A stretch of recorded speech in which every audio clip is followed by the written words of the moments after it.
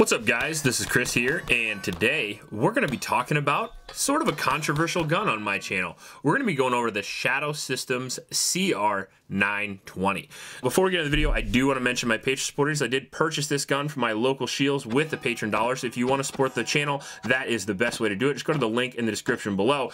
It helps us give you the non-biased content you guys love, because you and I both know that when I hit on guns, companies don't like that, and I have a lot less access to review firearms than most people, which is why I really appreciate the Patreon dollars. It allows me to review guns with no strings attached. I also want to mention a local shelter in Ames, Iowa. It's the YSS. It could really use your support, so please go down to that link and donate to those kids. And we finally want to give a big thank you to Manning & Sons. They're a huge supporter of the channel. They have recently been sponsoring all of the 1,000 round reviews, so we appreciate them very much for sending these glorious freedom seeds. Now, the Shadow System CR920 sort of looks like a Glock 43X, and in some ways, it kind of is. It is a striker-fired polymer frame pistol modeled after the Glock 43, except for one slight difference.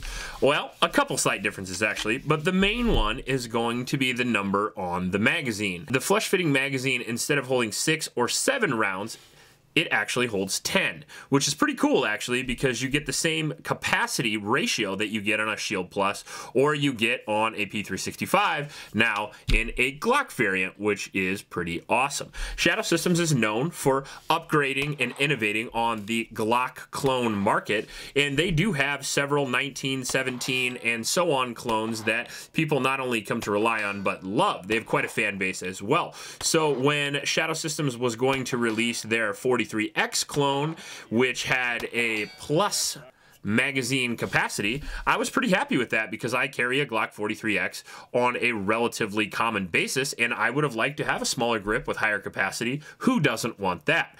I also like the fact that Shadow Systems does come with a lot of upgraded features over the standard Glock clone-ish type gun. I do want to mention that it is a striker-fired polymer frame pistol on the lines of the Glock 43, Glock 43X, and it does have a 3.4-inch barrel length with an overall weight of 17 ounces, making it just about as light as the P365, but with a little bigger grip and a little better ergonomics, in my personal opinion. Before we get any further with the video, I did want to do a quick size comparison on the CR920. It does come with 2 magazines, 110, 112. That's very common in this subcompact micro category. This is the P365 right here. This is just the standard one. And as you can see, the P365 is a little bit smaller. Same capacity, a little bit smaller, making it a little easier to carry. But the CR920, in my opinion, is definitely the next smallest compared to the next 2 very popular pistols in the market, which is the Glock 43X. Now, all these guns I carry a lot. The Glock 43X is definitely going to be bigger than the CR920, and the CR920 has the same capacity. So, very cool innovation. And then finally, we got my Shield Plus here, and you can see that they're pretty similar in size. However, the Shield Plus does stick out below, and it is just a bit harder to conceal than the CR920, and the CR920 is going to be lighter than the Shield Plus by a couple ounces as well, and you may not notice, you might, but it's good to compare them regardless, because these are the 4 most popular, so it's good to know what sizes are what. Now, as far as prices go, if this were the stock Shield, this comes in around 500-ish. So does the P365, and the Glock 43X is in there as well, with the CR920 being just a little bit more expensive, I believe, but you also get more features as well. We have a departure from the Glock here with the more 1911 style grip angle, which is what people love about the Shadow Systems. We also have a very high Beaver tail, allowing you a high purchase on the gun and a lot of recoil control, especially for a very snappy 3.5-inch, 17-ounce 9mm pistol, allowing you to get all 10 or 12 of those rounds off as fast as you can and accurately as well.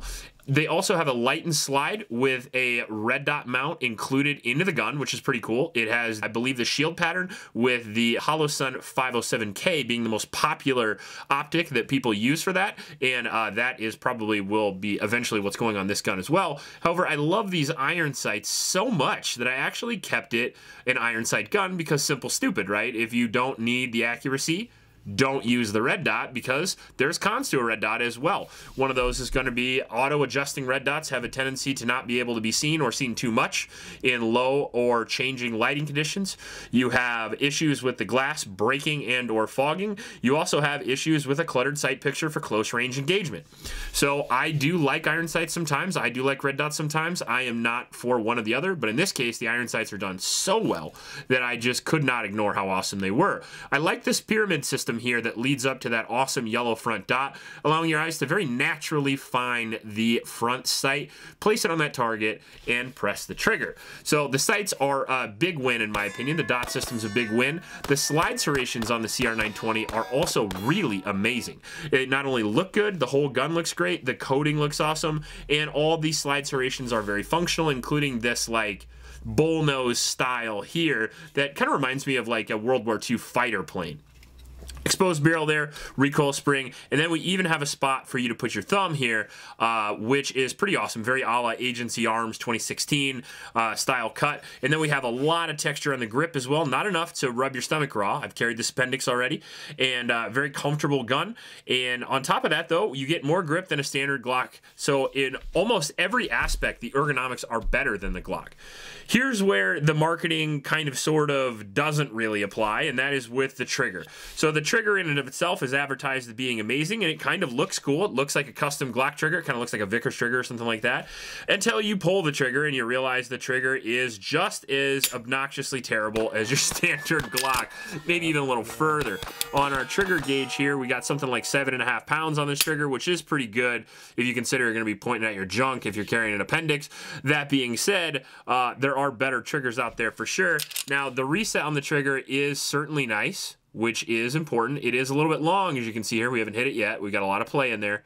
When we do hit it, man, it's a long way. It is very tactile. When the slide resets, the trigger does want to come out. It's got a very hefty pull on the reset, so it does allow for some really fast follow-up shots, which is really nice, although it's certainly not the most precise gun in the world. That being said, again, 3.5-inch gun, iron sights, was able to hit it 75 yards pretty consistently. Ergonomics of the gun are good. Looks of the gun are good.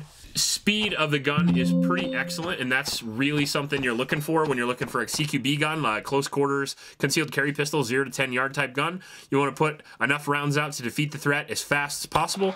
The point is to disable or debilitate your opponent until they can no longer hurt you, and the faster you can do that, the more you mitigate risk to yourself. So I like the capability of putting enough downrange to deal with any issue, and speed and accuracy up close are not a problem with this gun because of the ergonomics that we mentioned. That being said, reliability was a problem, and that is the most paramount category for a concealed carry pistol, which this is absolutely designed for. 3.5-inch, 9mm, 17 ounces is certainly not a fucking competition gun, and it's not a duty gun, it's a carry gun. And if I'm going to carry a gun, I like to be 100%, and this certainly was not 100% right out of the box.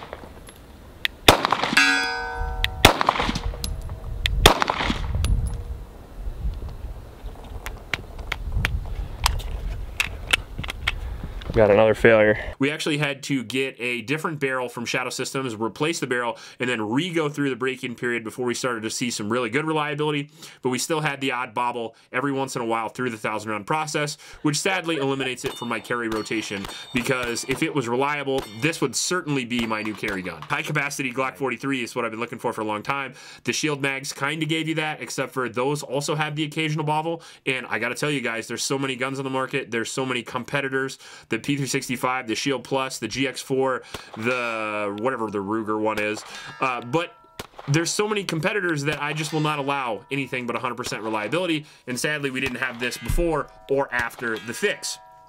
However, Shadow Systems is continuing to work on these guns, and them sending us a barrel as a fix already shows us that they are willing to fix the issues if they are addressed, and I imagine they will eventually fix the issues with this gun as well. You have to understand that this is a new platform that they put out this year that really is unlike most other guns, so there is going to be a little bit of growing pains and some issues in the beginning. The Gen 4 Glocks experienced this, the Gen 5 Glocks experienced this, and sadly, the Generation 1 CR920s experienced experienced this, whereas guns like the War Poet, at least from what I've heard, are unbelievably reliable, and I do plan on getting one of those for review, simply because I liked everything about this gun but the reliability.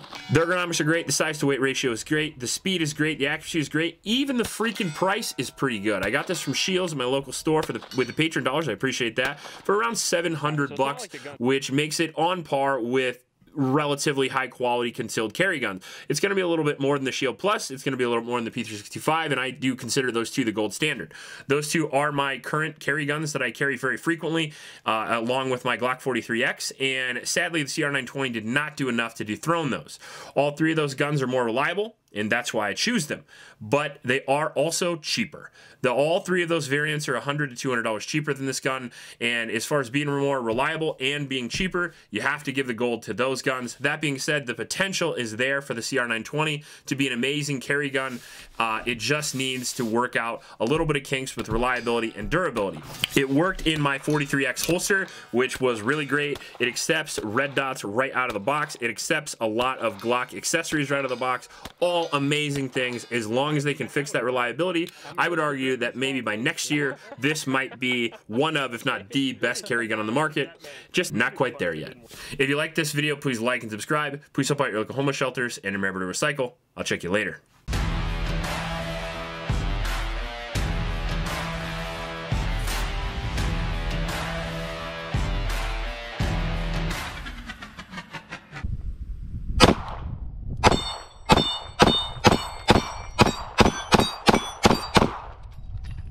Aside from the malfunctions, though, that thing kicks ass. I think I was just squeezing it too tight with my wrist. I can't lie, I fucking hate it. Fair enough. Not a fan. I love the Shadow Systems loader for a Glock 1917. But, you know, other than like a 365, I don't like my pinky. I want it to work so bad. And that's why I want to try the War Poet version. So I was gonna, I heard this was coming out and I was dead set on it. And then I shot it here and I was like, because I wanted like a mini version of what I have. Oh, I know. Like the Streamlight with an RMR CC and just have like that.